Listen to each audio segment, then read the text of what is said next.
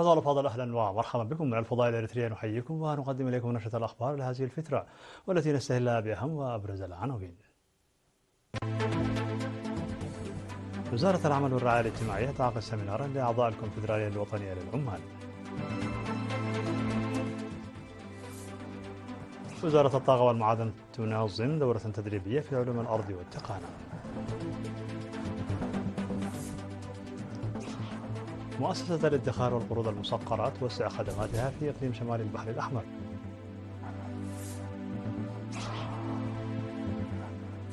في يومه الأول رئيسا ترامب يوقع عشرات الأوامر التنفيذية. طالبان تطلق سراح أمريكيين مقابل سجين أفغاني لدى الولايات المتحدة. الاتحاد الأوروبي يطلق إجراء جديد ضد الصين في منظمة التجارة.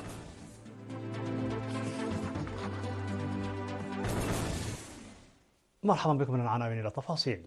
عقدت وزارة العمل والرعاية الاجتماعية في 21 من يناير سمينارا حول وضع العمل الحالي لأعضاء المجلس المركزي للكونفدرالية الوطنية للعمال. وقدم مدير عام قسم العمل السيد ولي سوس أليسا سمينارا بعنوان دور النقابات العمالية في إدارة العمل وتعزيز العمل المرضي. وفي شرحه لمعنى وأهمية التوظيف المرضي أوضح السيد ولي سوس أن الحكومة تبذل جهودا جادة لخلق فرص عمل مرضية مع حرية العمل الكاملة والمساواة والأمن وحقوق الكرامة الإنسانية، وبالتالي زيادة الإنتاجية وضمان الرعاية الاجتماعية وتعزيز المهارات المهنية. وأضاف السيد الليسوس أن إنشاء مجلس علاقات العمل الثلاثي الذي يضم وزارة العمل والرعاية الاجتماعية وكونفدرالية العمال وجمعية أصحاب العمل يعد مثالا على الجهود المبذولة. وأشارت وزيرة العمل والرعاية الاجتماعية السيدة لؤول جبرآب إلى أن حكومة إريتريا تؤمن بأن العامل هو المناضل من أجل التنمية، وقد مهدت الطريق للعمال وأصحاب العمل للحصول على فهم مناسب للوضع الحالي في بلادهم. هذا وسيعقد الاجتماع السادس للمجلس المركزي للكونفدرالية الوطنية لعمال إريتريا خلال الفترة من 22 وحتى 24 من يناير بمدينة مصوى.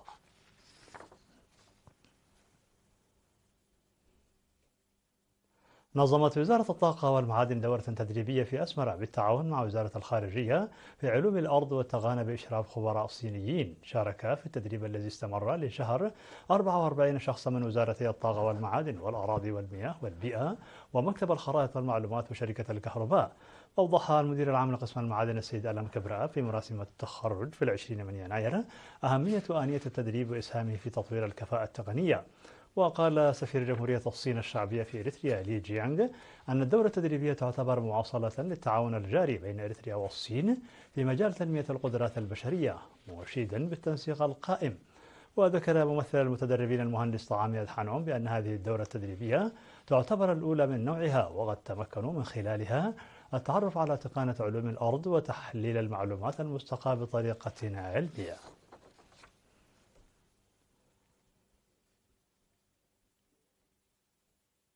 أفاد مكتب مؤسسة الادخار والقروض المسقرة في شمال البحر الأحمر أنه في عام 2024 صرف أكثر من 25 مليون نقفة على شكل قروض للأفراد والمجموعات حسب إيضاحات الاجتماع التقييمي لأداء المكتب للعام الماضي والذي انعقد في 20 من يناير الجاري بمصوى.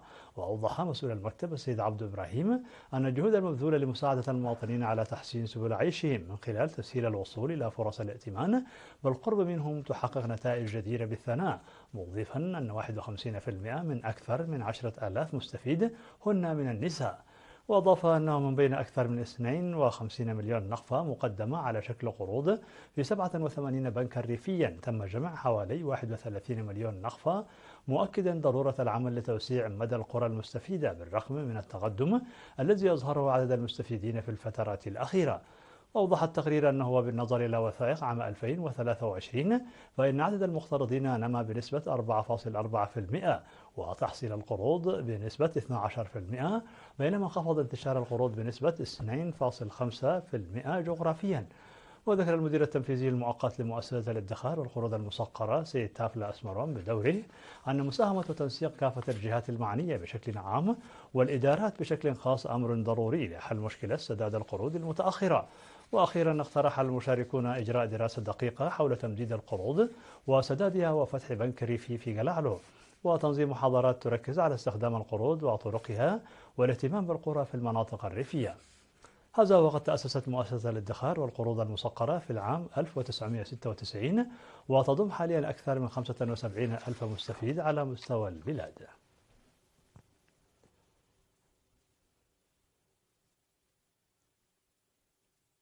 قامت الجمعية التعاونية لمنتجي الخضر والفاكهة في الإقليم الجنوبي أنشطتها في اجتماع عقدته يوم 19 من يناير، وانتخبت هيئة إدارية جديدة. وأوضح رئيس الجمعية السيد عبد القادر جهار في التقرير الذي قدمه انخفاض أنشطة إيرادات الجمعية لضعف متابعة الهيئة الإدارية، داعيا جميع الأعضاء للاهتمام بتحقيق أهداف الجمعية. وشرح كمية الإنتاج الزراعي للجمعية عام 2024 وتقديمه للأسواق بأسعار مناسبة. وذكر مسؤول تنمية النباتات في الإقليم الجنوبي السيد تخلو براخي أن الانضواء في الجمعية يساهم في رفع الإنتاج وتبادل الخبرات وتقديم المنتجات إلى الأسواق بأسعار مناسبة.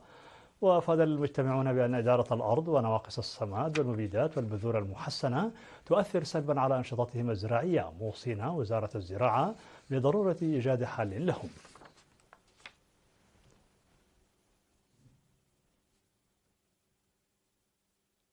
اختتم في مديرية مني الأسبوع الرياضي المعرفي للشباب العامل، والذي نظمه الاتحاد الوطني للشباب والطلبة. تضمن الأسبوع مسابقات المعلومات العامة بمشاركة أعضاء الإدارة ووزارات التعليم والزراعة والصحة.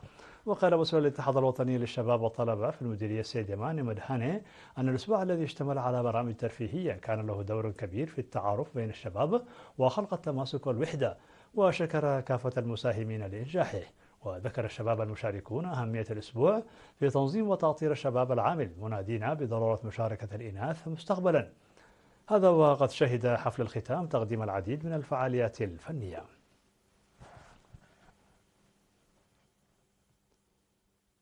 مشاهدينا الفضل، كانت هذه الأخبار الداخلية. فاصل قصير ونوافيكم بالأخبار العالمية، فابقوا معنا.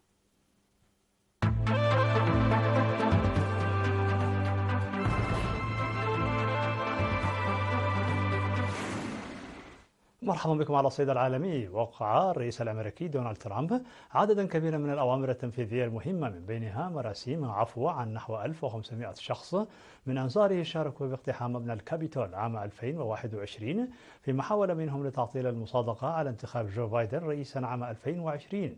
وقال ترامب أنه يفكر في فرض رسوم جمركية نسبتها 25% على الواردات من كندا والمكسيك، لأنهما تسمحان للعديد من الناس بعبور الحدود، مضيفا أن الإجراء قد يصدر في أول فبراير. كما وقع الرئيس الأمريكي أمرا تنفيذيا بانسحاب الولايات المتحدة من اتفاقية باريس للمناخ، وذلك للمرة الثانية في خطوة تشكل تحديا لجهود دولية تبذل لمكافحة الاحترار العالمي.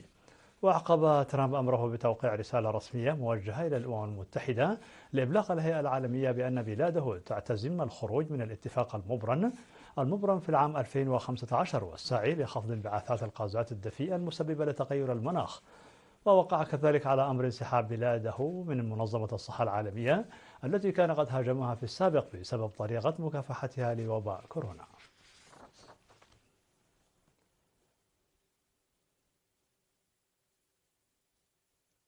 أعلنت حكومة طالبان أن الولايات المتحدة الأمريكية أطلقت سراح سجين أفغاني مقابل أمريكيين محتجزين في أفغانستان بموجب اتفاق لعبت قطر دور الوساطة فيه، وفق ما أفادت به وكالة الصحافة الفرنسية.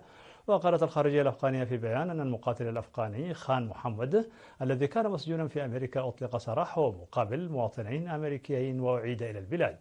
وذكرت أن خان محمد كان يقضي عقوبة بالسجن مدى الحياة في ولاية كاليفورنيا الأمريكية بعدما أوقف قبل نحو عقدين في ولاية ننجرهار الأفغانية. يأتي الإعلام بعد يوم على تنصيب الرئيس الأمريكي دونالد ترامب الذي تم التوصل في ولايته الأولى إلى اتفاق مع طالبان مهدا للانسحاب الأمريكي من أفغانستان عام 2021 وعودة الحركة إلى السلطة. أعلنت المفوضية الأوروبية إطلاق إجراء جديد في حق الصين لدى منظمة التجارة العالمية للاعتراض على ممارسات تجارية غير نزيهة وغير مشروعة في مجال الملكية الفكرية. ويتهم الاتحاد الأوروبي الصين بالضغط على شركات أوروبية للتكنولوجيا المتقدمة لخفض أسعار البراءات، لا سيما فيما يخص شبكة الجيل الخامس 5G للهواتف المحمولة.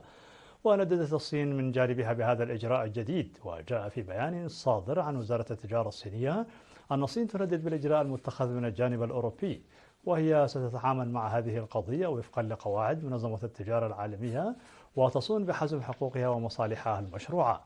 وكانت الصين قد احتكمت بدورها إلى منظمة التجارة العالمية بعد قرار بروكسل فرض رسوم جمركية إضافية على المركبات الكهربائية المستوردة من الصين، والتي رأت فيه بكين تدبيرا حمائيا.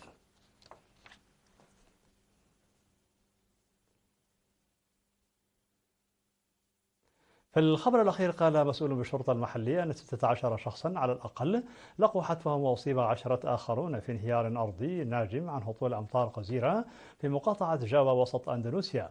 وقال قائد الشرطة في مدينة بيكالونغان بوسط جاوا لقناة مترو التلفزيونية المحلية تأكد مقتل 16 شخصا. بالنسبة للضحايا المصابين تم نقل 10 إلى المستشفيات. من جانبه، قال المتحدث باسم الوكالة الوطنية لإدارة الكوارث أن الكارثة الطبيعية وقعت في منطقتي بريبيس وبوربالينغا.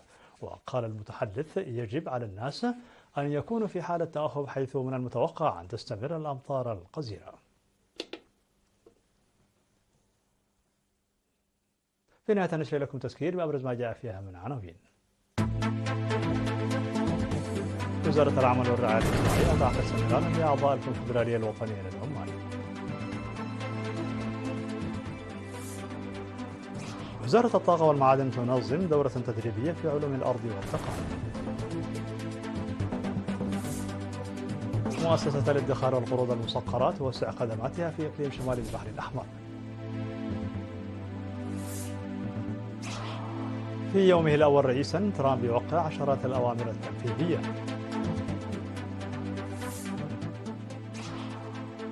طالبان تطلق سراح أمريكيين مقابل سجين أفغاني لدى الولايات المتحدة. الاتحاد الأوروبي يطلق إجراء جديدا ضد الصين في منظمة التجارة العالمية.